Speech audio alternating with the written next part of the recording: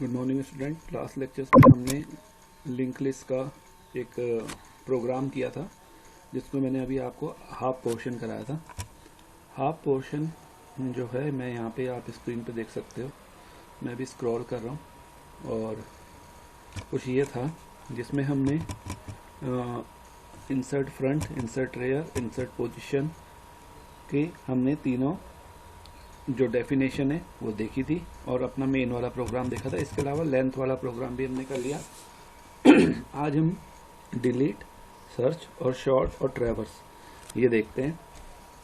तो हम अपने प्रोग्राम को स्क्रॉल कर लेते हैं थोड़ा। और ये लेंथ हो गया, इंटीजर, पोजीशन, यहाँ तक हमने कल कर लिया था। आज हम स्टार्ट करते हैं अपने प्रोग्राम को डिलीट फंक्शन से। तो सबसे पहले है कि डिलीट फ्रॉम फ्रंट। मैं इसको थोड़ा स्क्रॉल कर दूँ ताकि आपको प्रॉपरली दिखे। यहाँ पे हमने रिटर्न टाइप लिया है इंटीजर और डिलीट फ्रंट यानी फ्रंट से वैल्यू डिलीट करेगा। तो हमने एक इंटीजर वैल्यू ली है वैल्यू, क्योंकि रिटर्न टाइप इसका क्या है, इंटीजर, उसको रिसीव करने के लिए, उसको रिटर्न कराने के लिए।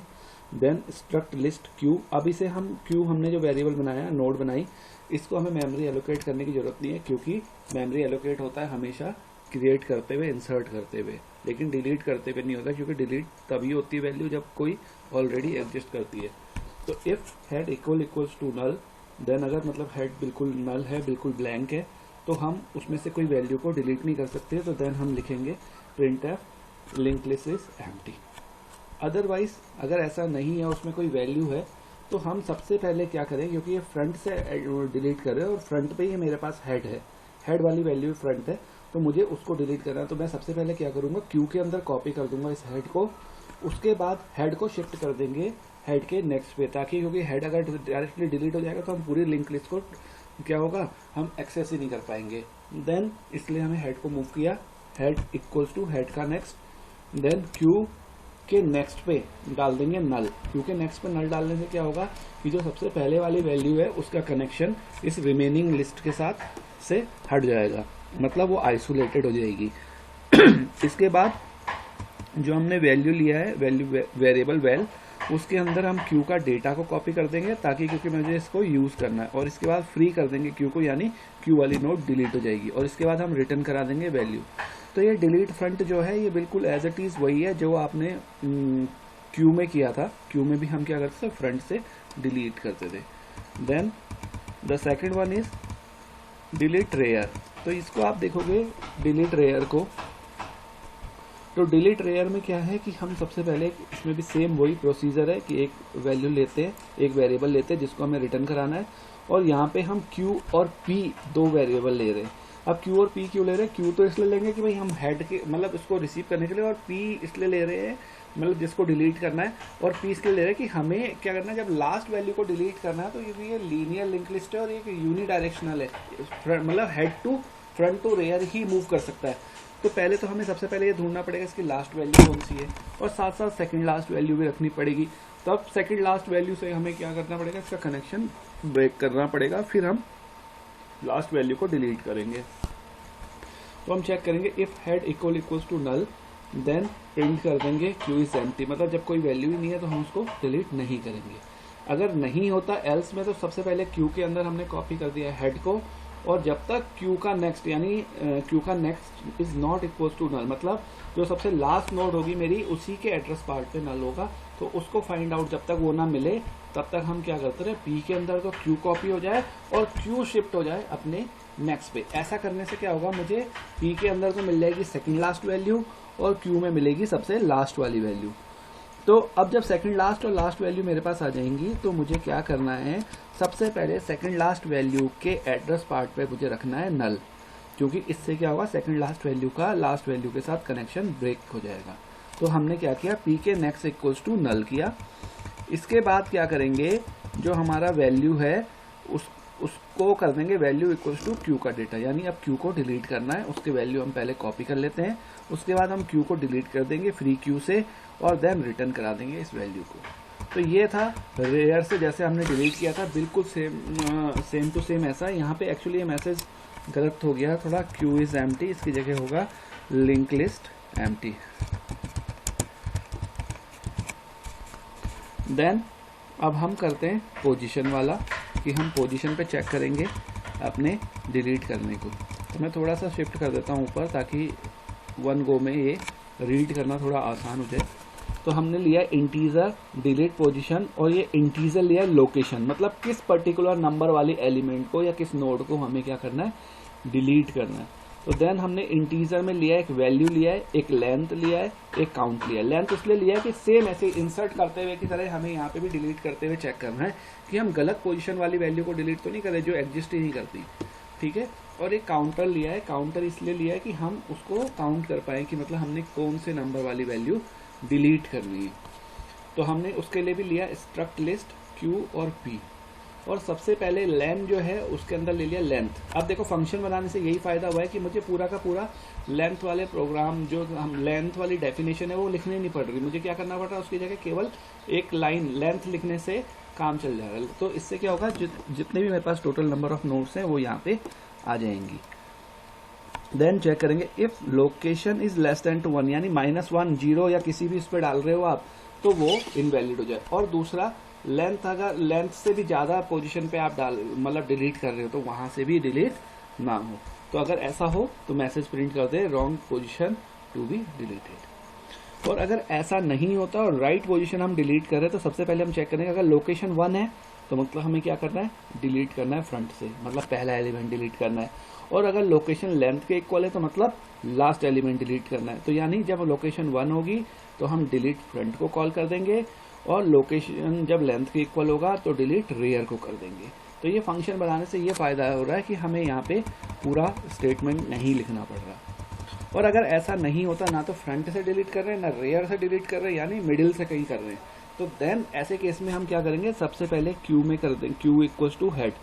और जिस वैल्यू को डिलीट करना है, उस जिस नोड को डिलीट करना है वहां तक पहुंचने के लिए हम क्या करेंगे, while count is less than to location. मतलब अगर सपोज मुझे तीसरी लोकेशन पे जाना है, तीसरी वैल्यू को डिलीट करना है, तो जब काउंट मैंने 1 से स्टार्ट किया तो 1 इज लेस देन टू 3, तो देन क्यू मूव करेगा यहाँ से, पहले तो काउंट को प्लस प्लस करे, पी इक्वल्स टू क्यू करे और क्यू इक्वल्स टू नेक्स्ट करे। इस तरह से मूव करेंगे तो हम पी के अंदर मेरे पास आ जाएगा सेकेंड लास्ट एलिमेंट और क्यू में आ जाएगा मेरे पास थर्ड वाला।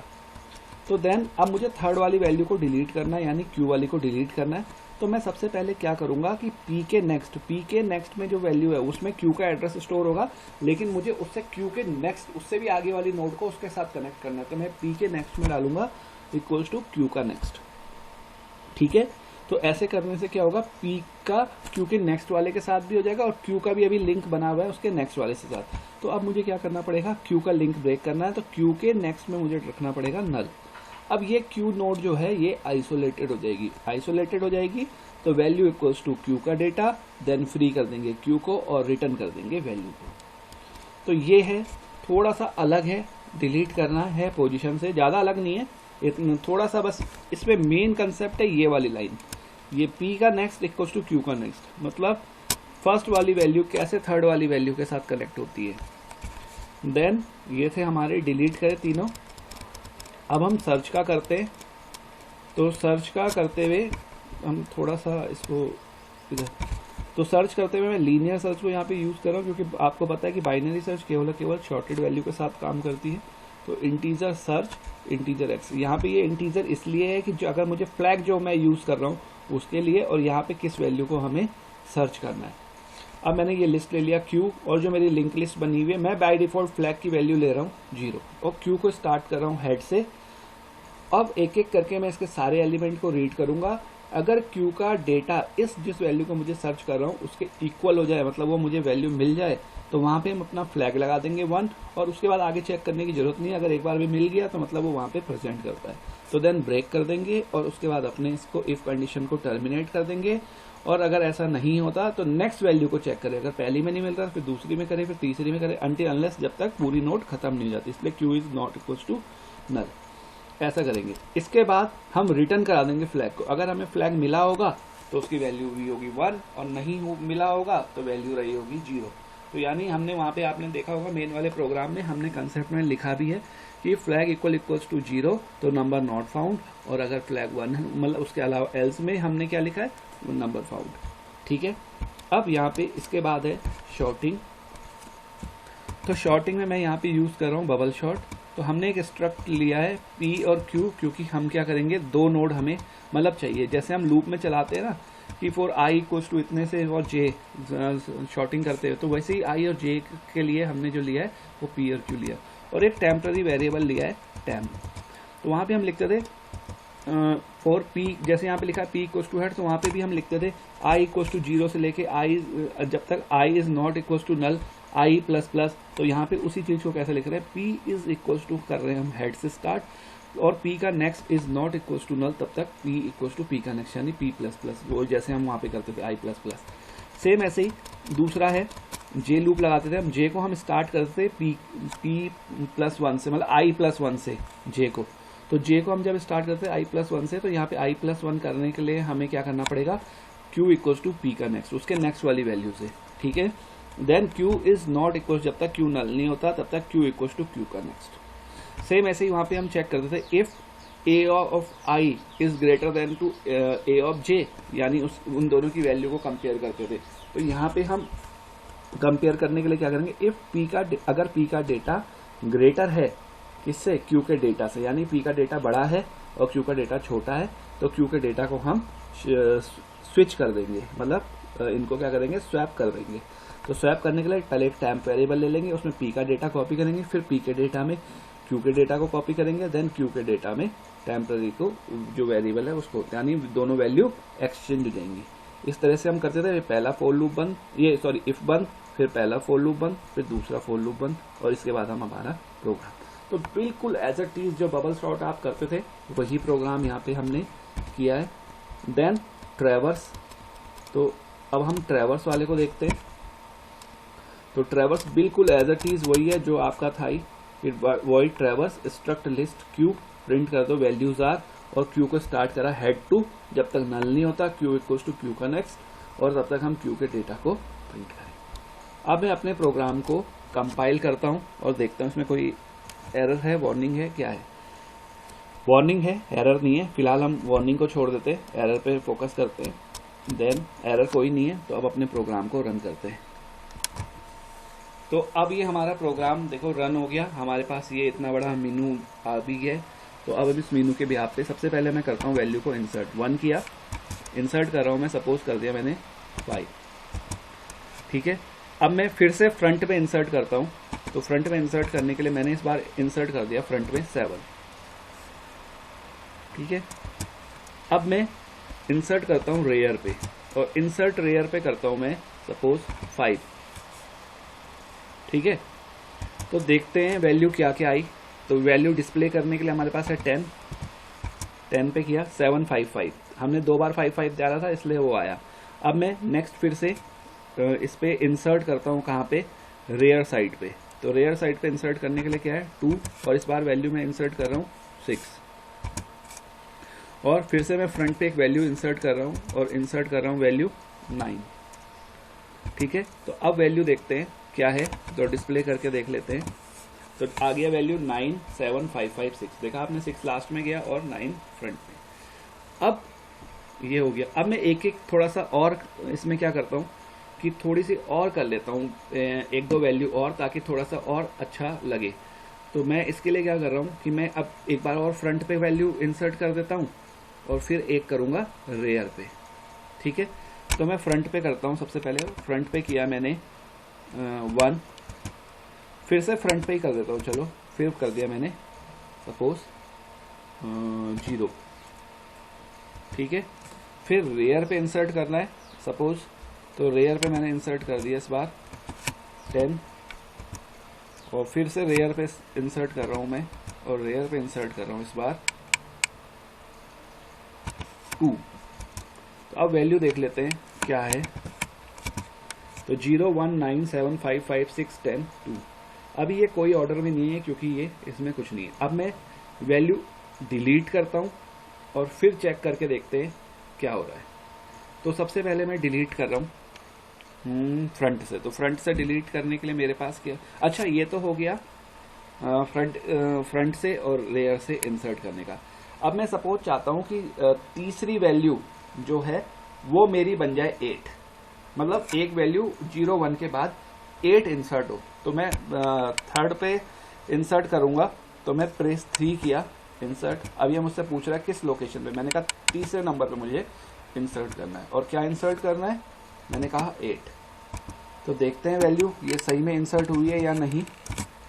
तो देखो, आप देखोगे 01897556102, तो 8 इंसर्ट हो गया। देन अब मैं डिलीट करके देखता हूँ। डिलीट करने के लिए सबसे पहले हम डिलीट करते हैं फ्रंट से, तो फ्रंट से डिलीट करने के लिए क्या है 4। तो देखो डिलीटेड वैल्यू इज 0, और 0 ही होनी चाहिए। आपको सबसे टॉप लाइन पे देख सकते हो 0 था फ्रंट में।